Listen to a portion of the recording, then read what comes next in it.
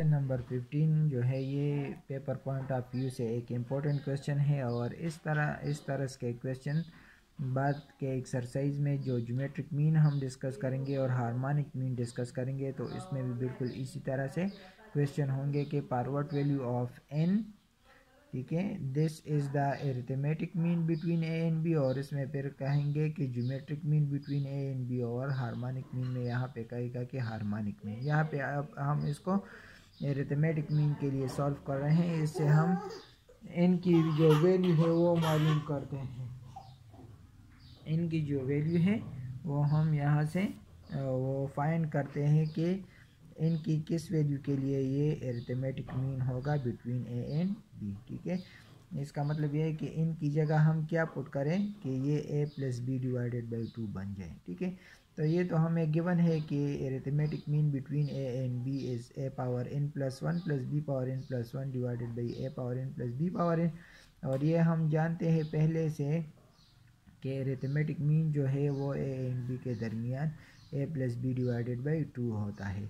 तो देखिए ये दोनों, ये भी arithmetic mean between a and b है और ये भी arithmetic mean between a and b है। तो इसका मतलब ये है कि ये दोनों जो है ये भी आपस में बराबर हैं, ठीक है। कंपेयरिंग 1 एंड 2,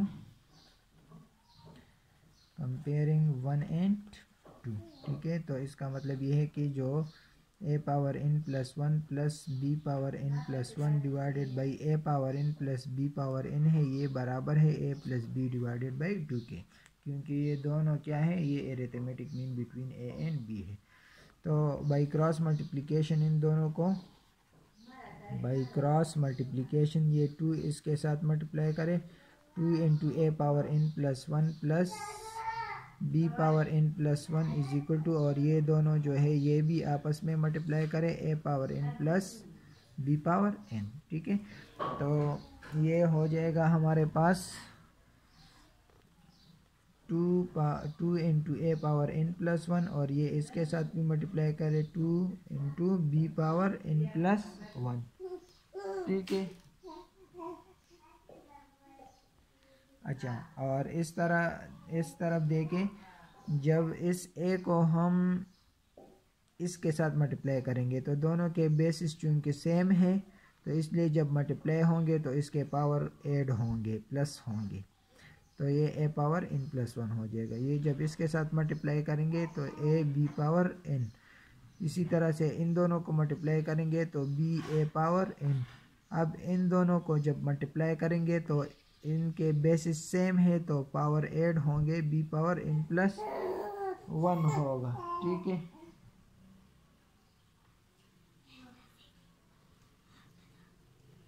अच्छा, अब हम इसको थोड़ा सा सिंप्लीफाई करते हैं। देखें ये जो a पावर n है इसको हम a पावर n के साथ लगाते हैं। ये जो a पावर n प्लस 1 है इसको इसके साथ यहाँ पे लिखते हैं, ये 2a power n plus 1 minus a power n plus 1। Similarly ये जो b पावर n प्लस 1 है इसको जब हम इस तरफ लाएंगे तो ये minus b power n plus 1, इसको इसके साथ लिखेंगे plus 2a b power n plus 1, ये n प्लस 1 है, ठीक है, ये n प्लस 1 है। अच्छा, और यहाँ पे ये a b n plus b a n रह जाएगा। तो देखिए यहाँ पे, अच्छा, इन दोनों को सिंप्लीफाई करें तो ये 2 और ये इसका कोएफिशिएंट 1 है, 2 माइनस 1, तो ये a पावर n प्लस 1 हो जाएगा। और ये जो है ये 2 माइनस 1 प्लस 2, या इससे इसको सब्ट्रैक्ट करें तो ये plus b power n plus 1 हो जाएगा, और यहाँ पे हमारे पास a b n plus b a n हो जाएगा, ठीक है। अच्छा, अब नेक्स्ट हम क्या करेंगे, नेक्स्ट देखे यहाँ पे ये जो a पावर n प्लस 1 है इसके साथ हम ये इसके लिए ये इस तरफ ले आते हैं a पावर n प्लस 1, तो इसके लिए हम ये इस तरफ ले आएंगे और ये जो ए बी एन है इसके लिए ये जो बी पावर n प्लस 1 है इसको हम इस तरफ ले आएंगे, तो ये माइनस बी इन प्लस 1 हो जाएगा। ठीक है, अब देखिए यहाँ पे ये ए पावर n प्लस 1 इसको मैं इस तरह लिख सकता हूँ कि a power n dot a power 1, क्योंकि इसके बेसिस सेम है तो फिर इसके पावर जमा होंगे तो ए पावर n प्लस 1 आएगा। ये बी ए पावर n और इसी तरह से ये ए बी एन है, इसकी जगह मैं लिख सकता हूँ A B power n dot B power 1।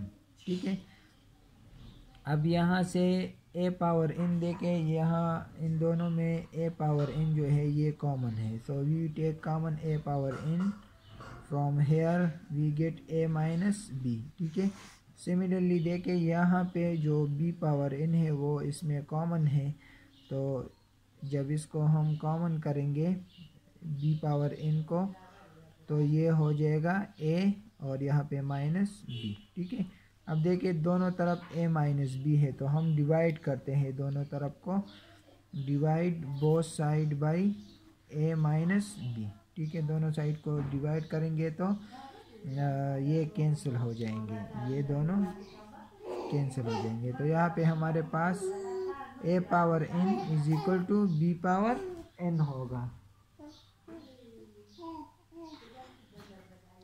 ठीक है, अब क्या करेंगे, divide both side by b power n करें तो ये हो जाएगा a power n divided by b power n, और इसको भी b पावर n पे डिवाइड करें तो ये दोनों क्या होंगे, they are cancel with each other. So यहाँ पे इसको मैं इस तरह लिख सकता हूँ कि ये इनका पावर भी n है और इसका भी n है, तो a by B whole power n में लिख सकता हूँ is equal to 1।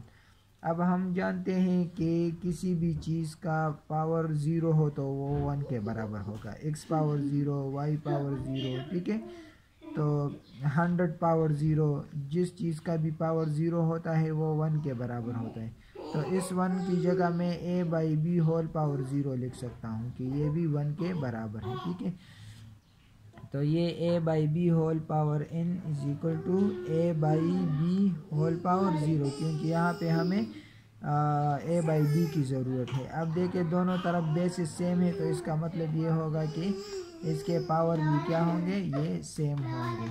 Since bases are same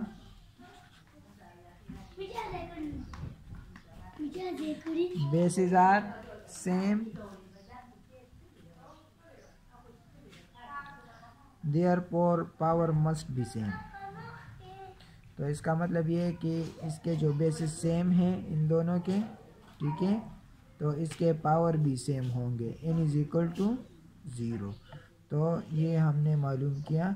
इन्होंने स्टार्ट में कहा था कि पार what value of n, it is the arithmetic mean between a and b, so par n is equal to 0। देखिए अब अगर यहाँ पे मैं इनकी जगह 0 पुट करूँ तो ये क्या हो जाएगा, देखें इनकी जगह 0 पुट करूँ तो ये a power 1 plus b power 1, और ये a पावर 0 1 के बराबर होते हैं, b पावर 0 वो भी 1 के बराबर होते हैं, तो इससे क्या आएगा a प्लस बी बाई 2 जो कि अरिथमेटिक मीन है। ठीक है, तो इसका मतलब ये है कि n अगर 0 के बराबर हो so par n is equal to 0, this will be the arithmetic mean between a and b।